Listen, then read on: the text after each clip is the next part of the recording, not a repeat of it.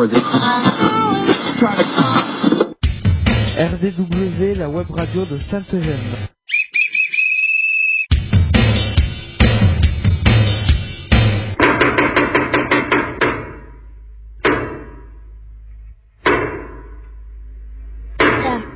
RDW, la web radio de Sainte-Gemme.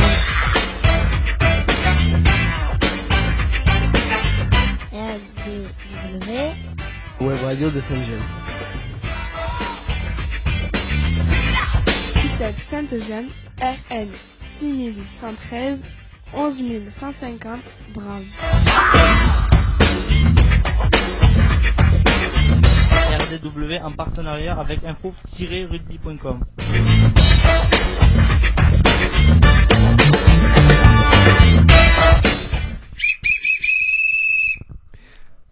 Bonjour et bienvenue sur RDW, la web radio de Sainte-Gemme, en partenariat avec notre hébergeur info-rugby.com. RDW, la radio du web est réalisée pour et avec les jeunes accueillis à l'ITEP Sainte-Gemme. Nous ne diffusons que sur Internet les vendredis de 10h30 à 11h en direct live. Et pour ceux qui vous voudraient nous entendre pendant le reste de la semaine, nous les invitons à consulter YouTube, de rechercher ITM Sainte-Gemme. Les émissions précédentes sont à leur disposition. comment écouter et direct l'émission? Tapez sur votre barre de recherche info-rugby.radio-web.co/live-feeds-1, choisir USKK, appuyez sur Play. Pour écouter l'émission, allez sur YouTube, vous pouvez laisser des commentaires et vous abonner à notre chaîne ITEP Sainte-Gemme. Aujourd'hui, nous sommes 3 animateurs pour réaliser cette émission. Emmanuel Robert, élève éducateur, qui sera aux manettes. Luc Fuentes et moi-même, Vanessa Tougne, psychologue à Sainte-Gemme. Avec nous, des journalistes en herbe, avec qui nous allons vous présenter cette 20e émission. Mathias. Salut. Dylan. Bonjour. Rémi. Bonjour. Et Harold. Bonjour. RDW, la web radio de Sainte-Gemme. ITEP Sainte-Gemme, RN 6113, 11150, Brave. RDW en partenariat avec info-rugby.com.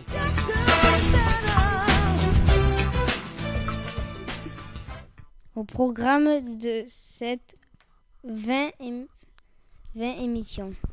Allez, au programme de cette 20e émission, nous avons le plaisir de recevoir aujourd'hui Marjorie Gay, éducatrice, qui s'occupe de l'atelier bois de Sainte-Gemme. Avec certains jeunes, elle va nous faire découvrir oralement cet atelier et ce qui s'y fait. Puis nous vous présenterons les actualités internationales, nationales et locales, la météo et le sport.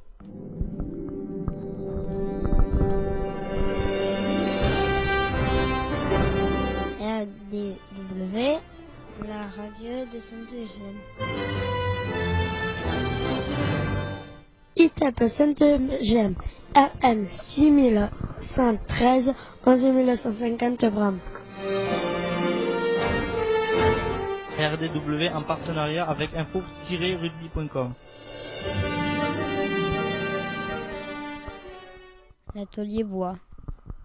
Bonjour Marjorie, pouvez-vous vous présenter? Bonjour Rémi, bonjour à tous. Donc je suis Marjorie Gay, je suis monitrice éducatrice. J'interviens à l'ITEP depuis quelques années sur des groupes d'internat ainsi que 2 groupes en journée avec l'atelier bois. Impeccable.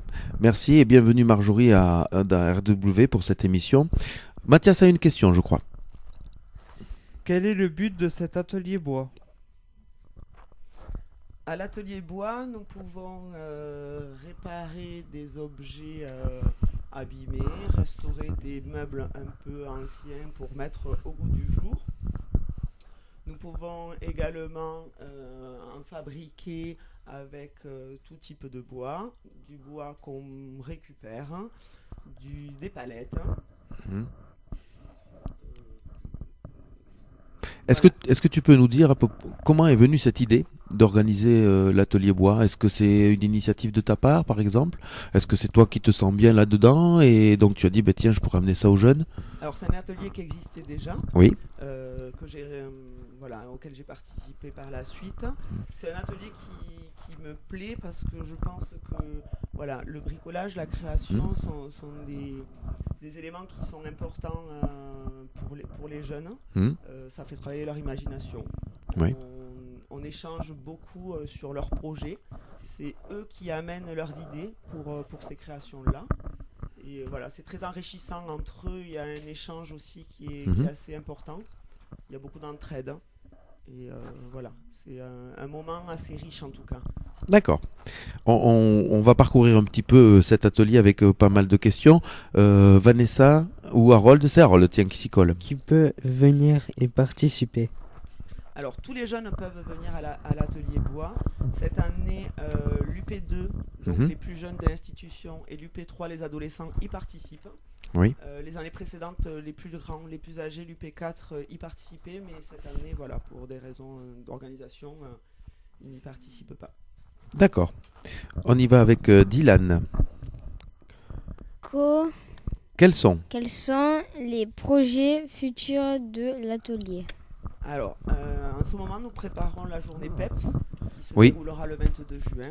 D'ailleurs, on fera une émission spéciale là-dessus.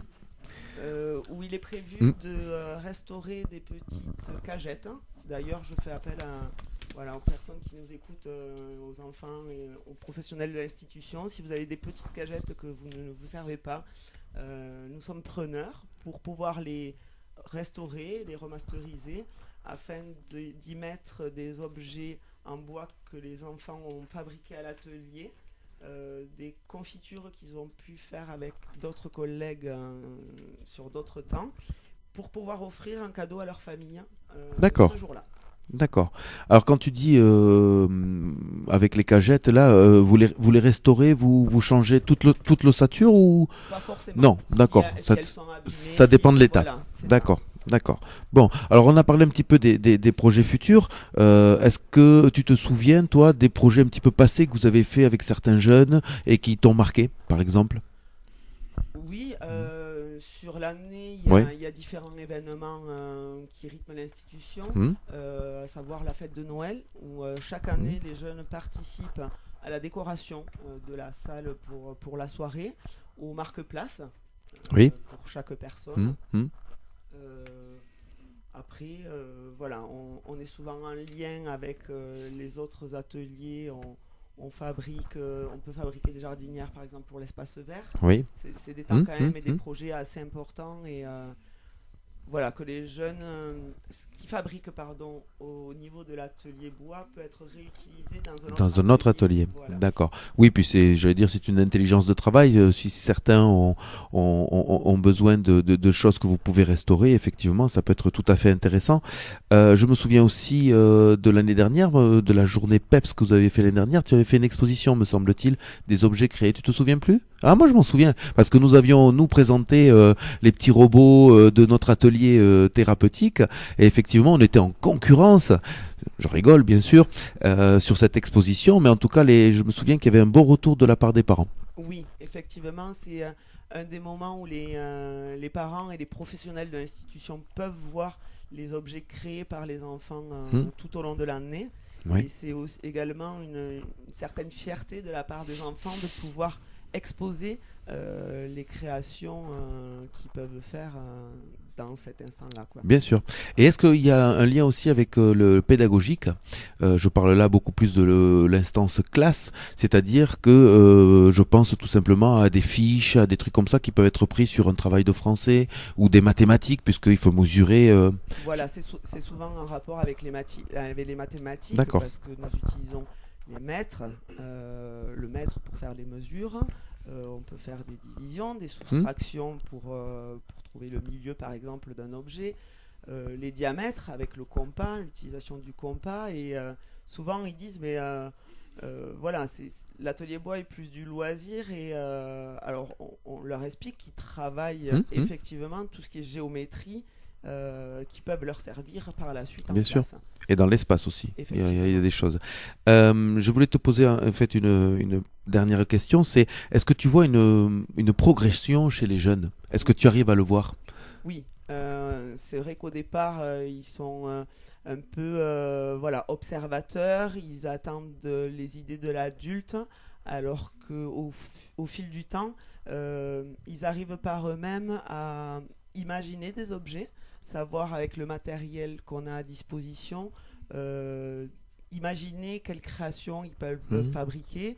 C'est souvent des échanges, j'y tiens quand même, parce que souvent des échanges entre eux, chacun donne un peu ses idées, essaye d'aiguiller pour réaliser au mieux les objets imaginés en tout cas. D'accord, impeccable. On passe à une question suivante, Monsieur Rémy. Quel genre d'outils utilisez-vous? Alors, on utilise beaucoup d'outils.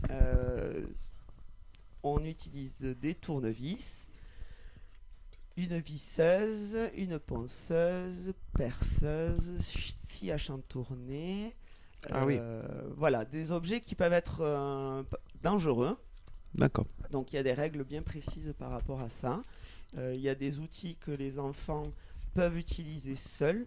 D'autres, il faut impérativement la présence de l'adulte, voire l'adulte qui les utilise. Comme je pense par exemple à la scie sauteuse.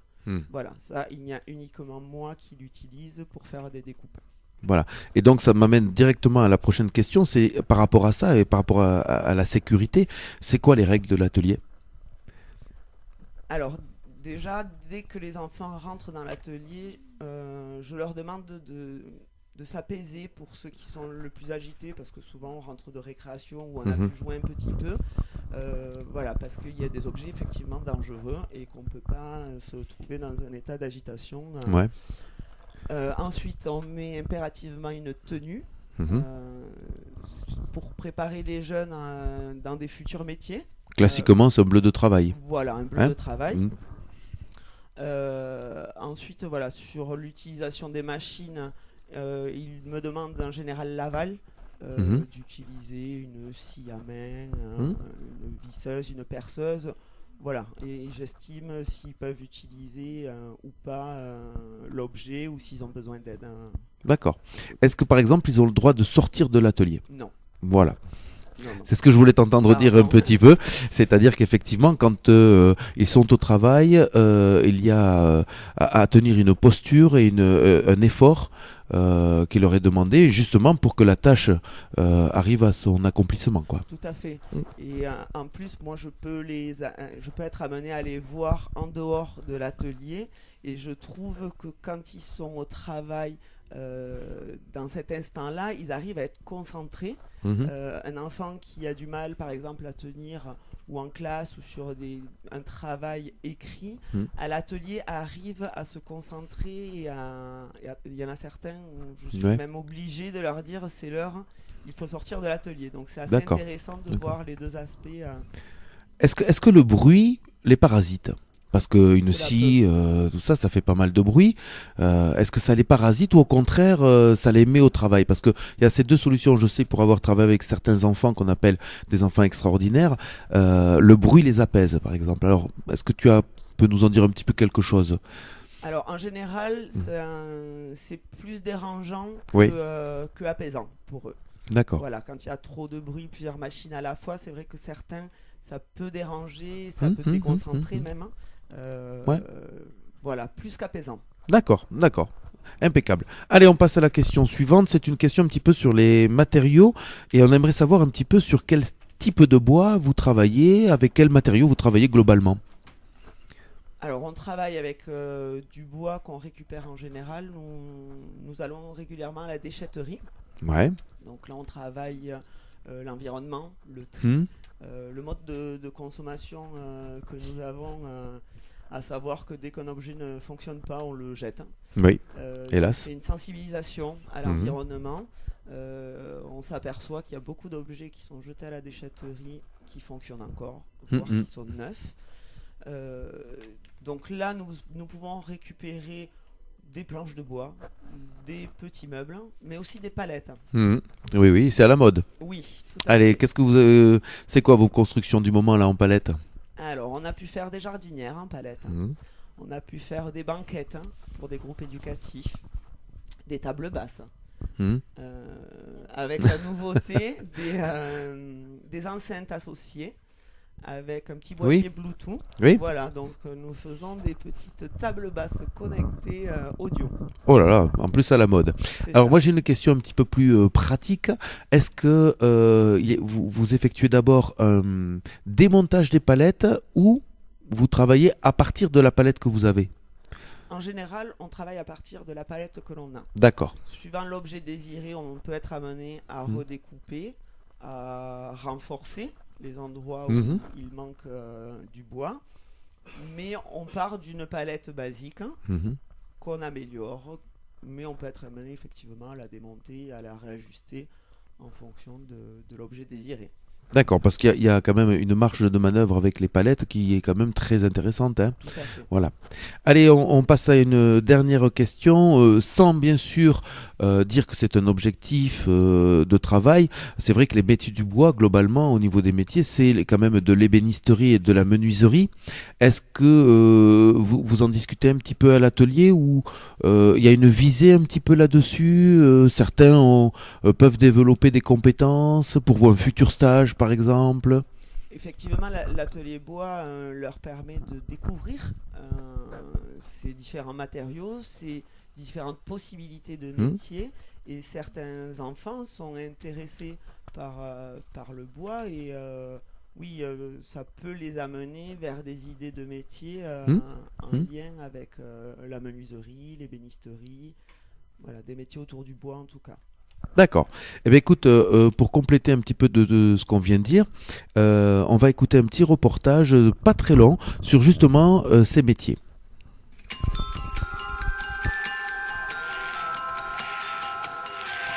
Bonjour, je m'appelle Sten, j'ai 42 ans et je suis menuisier ébéniste. Alors, le métier de menuisier et d'ébéniste consiste donc, comme on le sait, grossièrement à travailler le bois. Donc la différence entre menuisier et ébéniste, c'est que menuisier va travailler un peu ce qui touche à la maison, des portes, les fenêtres, les escaliers ou faire des agencements intégrés, des dressings, des choses comme ça, pour ce qui est du travail un peu plus contemporain. Et l'ébéniste, lui, travaille le meuble qui peut tout simplement se décoller du mur, un meuble, une chaise, une table. Un objet. Pour ce qui est du métier de nos jours, il a changé parce que menuisier, ébéniste, c'est quand même des mots qui sont très très vieux. Les outils d'aujourd'hui sont toujours, on va dire, on est parti toujours de la scie, du marteau, du rabot, des choses comme ça. Aujourd'hui, on a un peu tout électrifié, on a mis des batteries là-dessus, on a rajouté des règles, des choses pour pas se tromper et faire les choses bien de la première fois. En fait, c'est un assistant, donc on va dire qu'on est des ébénistes comment dire, augmentés. Ce que je fabrique en étant menuisier ébéniste, ce sont des meubles, donc des mobiliers pour les particuliers, de plus en plus rarement comme une table, un dressing, une étagère, une bibliothèque, des choses comme ça. Pour les boutiques, ça va être donc des installations avec des cubes ou des cubes sur lesquels il y aura les vêtements, la caisse peut-être, les meubles et les portants, et puis tout ce qui fait aussi décoration. Voilà, c'était donc le petit reportage sur les métiers de menuisier et d'ébéniste. Alors, je voudrais remercier, pour terminer ce petit reportage sur l'atelier bois, je voudrais remercier Marjorie déjà de sa présence et de ses explications, et aussi les jeunes de l'atelier bois, car ils nous ont réparé notre table. Donc c'est pour ça aussi qu'on les a invités. Est-ce que tu peux nous expliquer vite fait qu'est-ce que vous avez fait sur cette table-là? Ah, ou quelqu'un, ou un jeune, oui. Qui c'est qui a travaillé? Qui c'est qui a travaillé dessus? C'est Mathias et Harold qui ont voilà. restauré cette petite table, donc je vais leur laisser la parole. Mais je voulais vous remercier à vous de m'avoir accordé ce petit temps. Eh bien, c'est avec grand plaisir. Et qui de Mathias ou de Harold? Allez, un des deux. Il va falloir se dépêcher, les garçons, parce qu'on est un peu à la bourre. Mathias, vite fait, il n'y a pas de piège. Est-ce que tu peux nous expliquer la restauration de cette table? Donc déjà, on a commencé par faire des graphes dessus. Oui. Donc une étoile en graphe. Ouais. Et puis on a commencé à marquer et à faire des petits dessins dessus qu'on a continué au Posca avant de la lasurer. Lasurer, ça veut dire quoi lasurer? C'est peindre. Teinter. Voilà, c'est ça, on est d'accord, impeccable. Voilà, et puis on a plus cette fameuse bosse qui venait nous gêner quand même. Oui. Comment tu l'as enlevé ça? Ça, j'ai poncé, puis j'ai rajouté des clous pour fixer comme il faut la table. Eh bien écoute, en tout cas on vous remercie, on remercie l'Atelier Bois de ce reportage et de tout ce qu'ils ont pu faire pour nous cette année, sachant qu'on a quand même quelques petites idées pour l'année prochaine, car on n'a pas réglé, Harold, tu te souviens, je t'en avais parlé de cette petite lumière qui nous permettrait de nous montrer qu'on est à la radio et quand il faut éteindre ou allumer les micros. Voilà, on va donc y réfléchir pour l'année prochaine. Allez, on passe aux actualités, s'il te plaît Manu.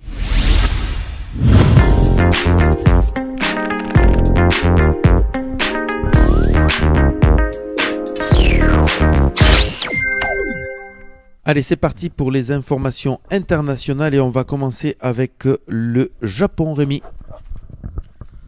Au milieu des montagnes et des rizières, le village de Kamikatsu s'est fixé comme objectif village zéro déchet avec le recyclage de tous les déchets. Sur la République démocratique du Congo, le retour du virus Ebola avait fait déjà de nombreuses victimes. Ce virus est présent dans les pays d'Afrique centrale et de l'Ouest. Il provoque des fortes fièvres. On continue avec l'Ukraine et le vol MH17. Le missile qui a détruit l'avion au-dessus de l'Ukraine en juillet 2014 provenait d'une unité militaire russe. Et au niveau de la Coupe du Monde, Rémi, 32 pays participent à la 21e édition. La Coupe du Monde aura lieu du 14 juin au 15 juillet en Russie. Merci Rémi, on passe aux informations nationales avec un point agriculture, Mathias. L'agriculture, un objet de loi agriculture et alimentation a instauré de nouvelles règles avec pour objectif garantir des revenus et des prix de leurs produits aux agriculteurs. Impeccable. Et au niveau de la journée mondiale de la résistance, ce dimanche 27 mai, partout en France, cette date a été choisie car c'est la date anniversaire de la création nationale de la résistance autour de Jean Moulin pendant l'occupation Seconde Guerre mondiale. Merci Monsieur Harold, on va passer aux informations locales avec Carcassonne, la fête du sourire. Ce jeudi 24 mai, des fleurs ont été distribuées aux résidents des EHPAD. Et à Carcassonne encore, qu'est-ce qu'il se passe Harold ? Une inscription jusqu'au 31 mai pour les jeunes de 16 à 25 ans habitant dans le Carcassonne et contrepartie d'une action bénévole après décision.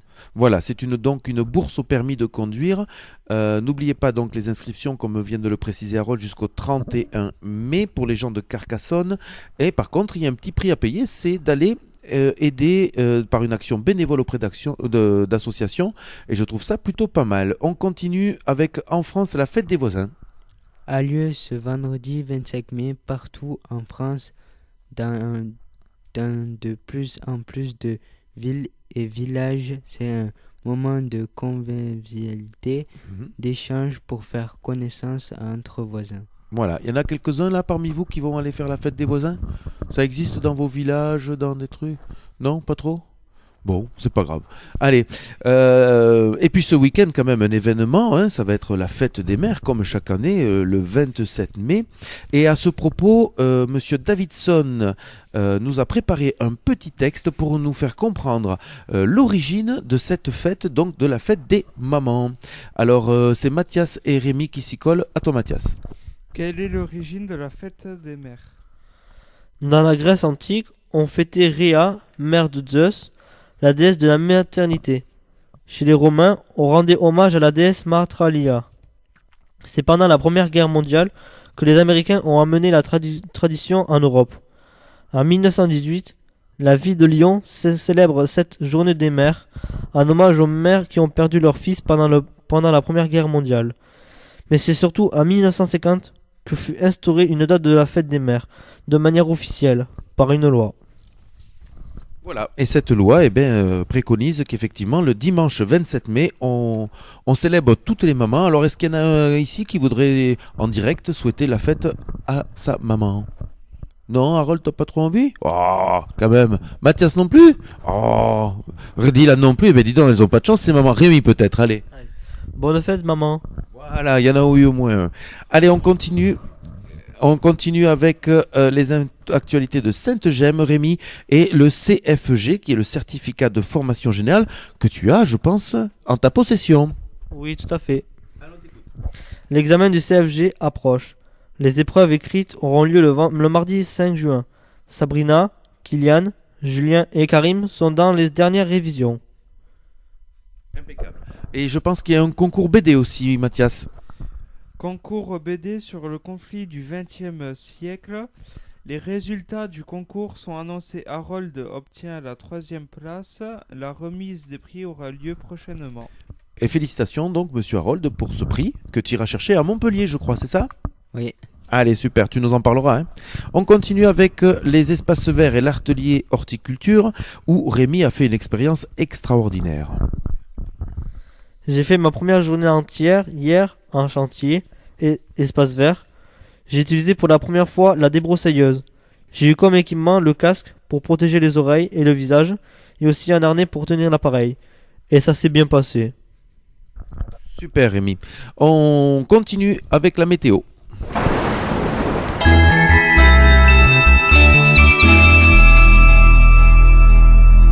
Salut Dylan. Allez, quel est le temps pour ce vendredi s'il te plaît? Éclaircie averse Oui. de 15 à 23 Champignons degrés. D'accord.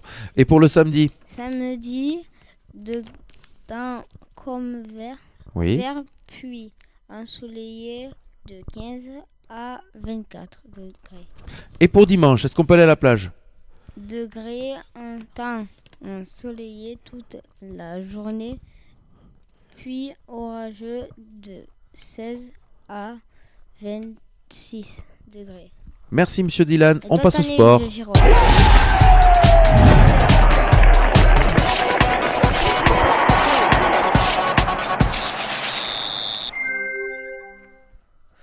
Le top 14. Les demi-finales débutent ce soir avec le match Montpellier qui accueille Lyon.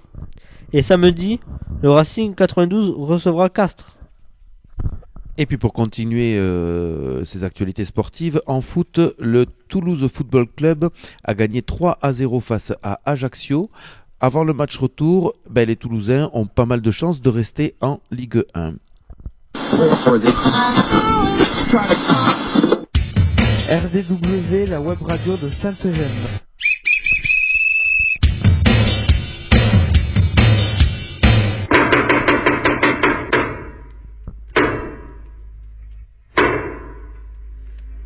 RDW, la web radio de Sainte-Gemme.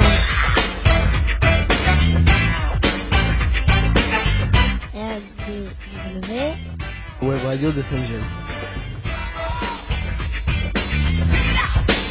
Sainte-Gemme, RN 6113 11150 Brave.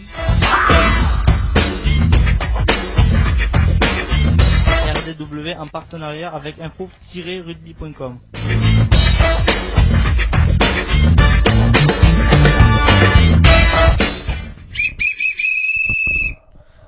Ainsi s'achève ce 20e numéro sur RDW. On espère que vous avez pris autant de plaisir à nous écouter que nous à réaliser cette émission. N'hésitez pas à faire découvrir notre chaîne, notre émission. Parlez-en à vos amis, à votre entourage.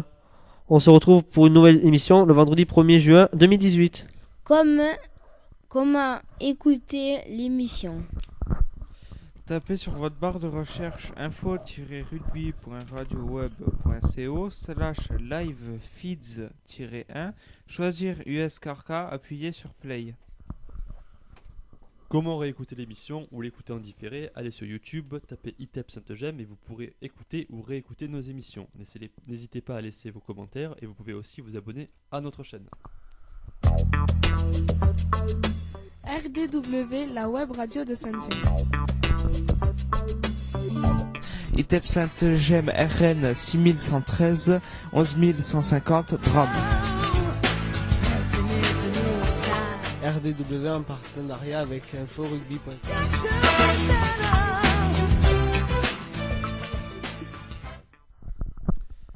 Et nous vous retrouverons la semaine prochaine, vendredi à 10h30 sur info-rugby.com pour de nouveaux reportages et interviews. Il est temps de saluer nos auditeurs. Mathias. Salut. Rémi. Au revoir. Dylan. Au revoir. Et Harold. Au revoir. Et on remercie aussi encore une fois Marjorie d'être venue sur cette émission. Manu d'avoir parlé pour l'une des premières fois à cette radio et avoir participé au conducteur. Merci monsieur Manu. Jingle. RDW, la web radio de Saint-Gem. ITEP Saint-Gem, RN 6113, 11150 Bram. RDW en partenariat avec info-rugby.com.